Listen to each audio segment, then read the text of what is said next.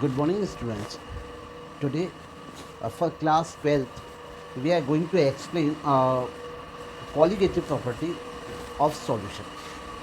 So, colligative property may be defined as the property of dilute solution of a non-volatile solute whose value depends upon the concentration of solute particle in the solution but not on the individual identity of the solute. तो colligative property ऐसी property होती हैं जो किसी non volatile dilute solution की property होती हैं, और ये जो प्रॉपर्टीज़ होती हैं वो किसी भी ऐसे विलियन में जो सॉल्यूट होता है या ऐसे सॉल्यूशन में जो सॉल्यूट की कंसंट्रेशन होती है, जो उसकी मात्रा होती है, जो उसकी सांद्रता होती है, उसके ऊपर डिपेंड करती है, किसी सॉल्यूट की इंडिविजुअल आइडेंटिटी या उसके नेचर पर डिपेंड नहीं करती है।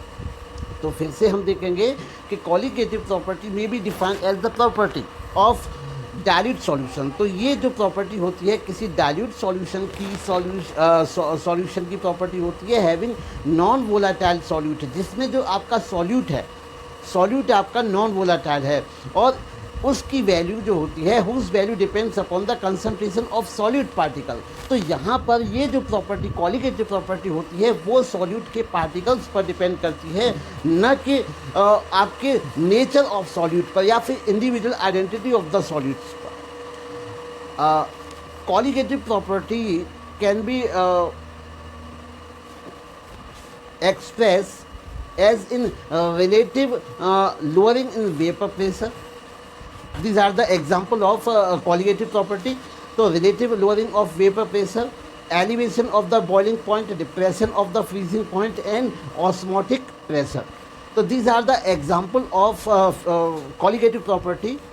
These are the four examples: relative lowering of vapor pressure, elevation in the boiling point, depression in the freezing point and osmotic pressure. So one by one we will cover all four topic. Number one, relative lowering of the vapor pressure. Relative lowering vapor pressure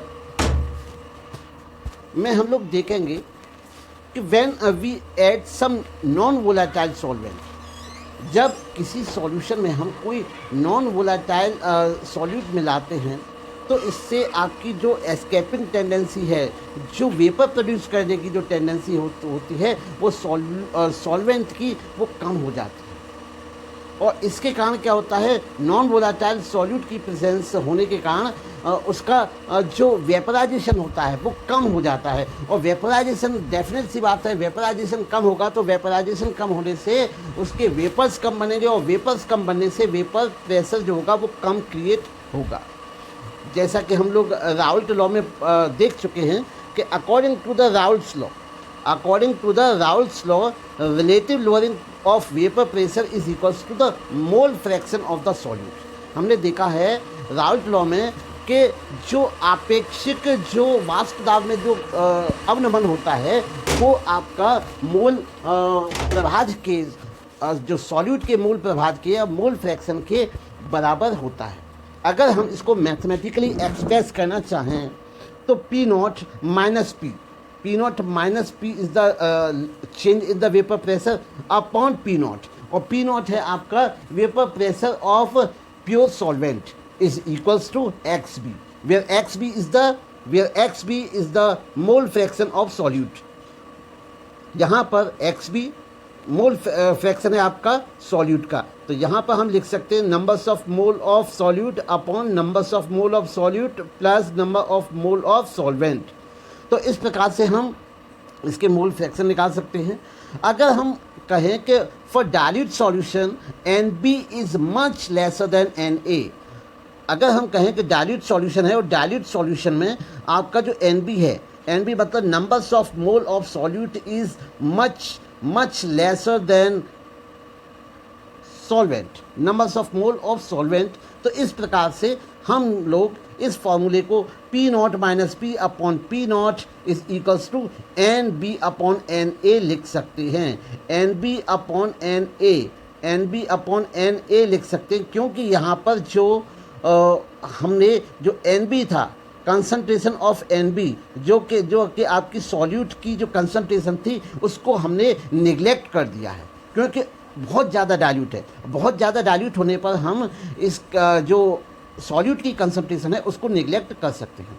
तो solute की concentration को neglect करने के बाद में तो आपका जो मोल फ्रैक्शन होगा वो मोल फ्रैक्शन सॉल्यूट का आपका होगा NB upon NA, NB upon NA, numbers of mole of solute upon numbers of mole of solvent. अब हम लोग जानते हैं वेट अपॉन इसके सॉल्यूट के अगर हम मोल्स निकालेंगे तो wait of solute upon molar mass of solute upon weight of solvent upon molar mass of solvent.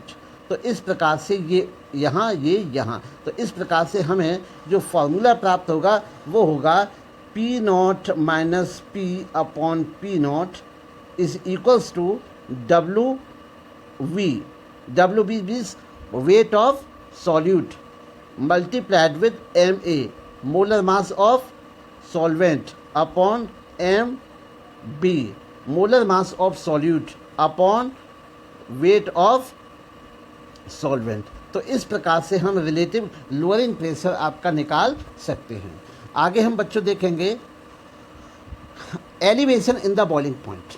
Elevation मतलब बॉइलिंग पॉइंट में इंक्रीजमेंट, वृद्धि। तो अगर हम बात करें बच्चों बॉइलिंग पॉइंट की, तो बॉइलिंग पॉइंट क्या होता है, जिसको हिंदी में हम लोग क्वथनांक कहते हैं कि boiling point is a temperature at which the vapour pressure of liquid becomes equal to the atmospheric pressure. तो बॉइलिंग पॉइंट किसी भी सॉल्यूशन का वो पॉइंट होता है जिस पर उसका जो वाष्प दाब होता है वो वायुमंडलीय दाब के या एटमॉस्फेरिक प्रेशर के बराबर होता है।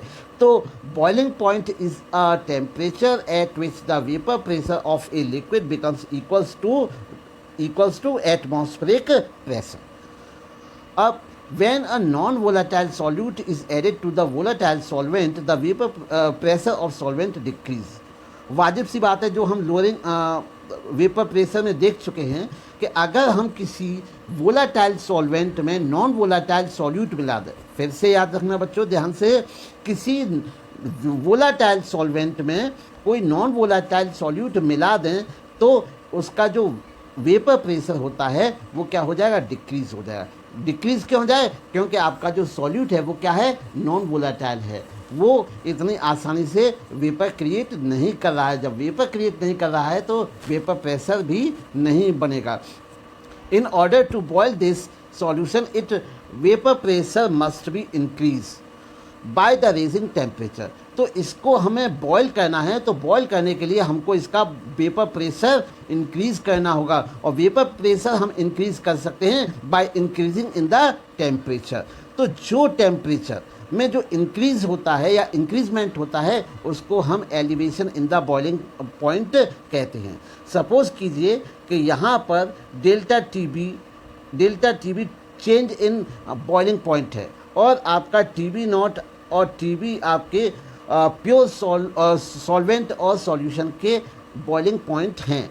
तो हम चेंज को लिख सकते हैं, तो delta change in boiling point is equals to TB boiling point of solution minus T0B boiling point of pure solvent. तो इस प्रकार से चेंज हमने निकाल लिया। तो this is the change in the temperature, in which temperature, boiling point. तो हम कह सकते हैं change in the boiling point is equals to boiling point of solution minus boiling point of pure solvent. अब आगे, तो for dilute solution elevation of boiling point is directly proportional to mole fraction of concentration of the solute. अगर हम कहें कि किसी भी dilute solution के लिए मैथमेटिकली अगर हम कहें तो change in the boiling point is directly proportional to its molality of solute। Delta TB directly proportional to small m is molality। तो delta TB is equals to sorry KB is a constant m। तो delta TB is equals to KB into small m, where small m is the molality। Now अगर हम molality की बात करें तो molality हम लोग जानते हैं, सबसे पहले हम लोग पढ़ चुके हैं, numbers of mole upon weight of solution in kilogram. तो अगर हम इसको निकालें तो W B upon M B, यहाँ पर आपका weight of solute upon weight of molar mass of solute upon weight of solvent upon 1000 आपका ऊपर चला गया, तो आपका W into 1000 upon M B into इसका M B into W A. तो इस प्रकार से ये हमारा फॉर्मूला निकल के आता है आपका lowering elevation in the boiling point निकालने के लिए कि delta T B is equals to K B constant है आपका, into W B into 1000 upon M B molar mass of solute into W A. तो इस प्रकार से हम elevation in the boiling point निकाल सकते हैं। अब बच्चों हम देखेंगे depression in the freezing point. Depression का मतलब कमी। फ्रीजिंग पॉइंट अगर हम बात करें कि फ्रीजिंग पॉइंट की, तो freezing point is can be defined as a temperature at which vapour pressure of substance in its liquid phase to its vapour pressure in solid phase. तो फ्रीजिंग पॉइंट वो आपका डिफाइन किया जा सकता है कि वो वेपर प्रेशर जब लिक्विड फेस और आपका सॉलिड फेस का बराबर हो जाता है तो उस अवस्था को हम उसकी फ्रीजिंग पॉइंट कह सकते हैं। A solution freezes when its vapour pressure equals to the vapour pressure of the pure solid solvent. जब कोई भी सब्सटेंस जब फ्रीज होता है जब उसका vapour pressure pure solid solvent के वेपर प्रेशर के बराबर हो जाता है। Whenever a non-volatile solute is added to a volatile solvent, its vapor pressure decreases. जब किसी हम नॉन वोलाटाइल सॉल्यूट को किसी वोलाटाइल सॉल्वेंट में मिला देते हैं तो हम पाते हैं कि उसके जो वेपर प्रेशर है उसमें डिक्रीजमेंट होता है, और इसके कारण it would be become to equal to the solid solvent and lower temperature if so. इस प्रकार से उसके जो फ्रीजिंग होती है उसके टेम्परेचर में डिक्रीजमेंट हो जाता है, कमी हो जाती है। अगर हम कहें if the delta T F not is a freezing point of pure solvent and T F is a freezing point then delta T F. अगर हमने मान के चलो कि ये हमारा चेंज मतलब कमी, तो change in freezing point is delta T F. तो delta T F is equals to T naught F minus T F, where Tf naught is equals to the vapor pressure of solution, where Tf is vapor pressure of pure solvent.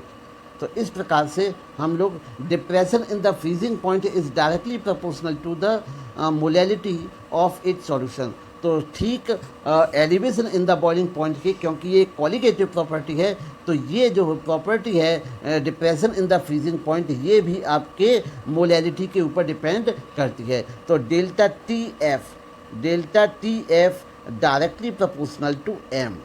तो हम लिख सकते हैं delta T F is equals to K F into M. तो इस प्रकार से हम यहाँ पे आपका ये डिप्रेशन कांस्टेंट है के एफ और ये आपका मोलैलिटी है। तो ठीक उसी प्रकार से molality is equals to weight upon molecular weight of solute upon solvent 1000, ये ऊपर ये यहाँ। तो इस प्रकार से ये आपका फॉर्मूला बन जाता है। तो delta T F is equals to K F into W V into 1000 upon M B into W A. इस प्रकार से हम आपका ज्ञात कर सकते हैं डिप्रेशन इन द फ्रीजिंग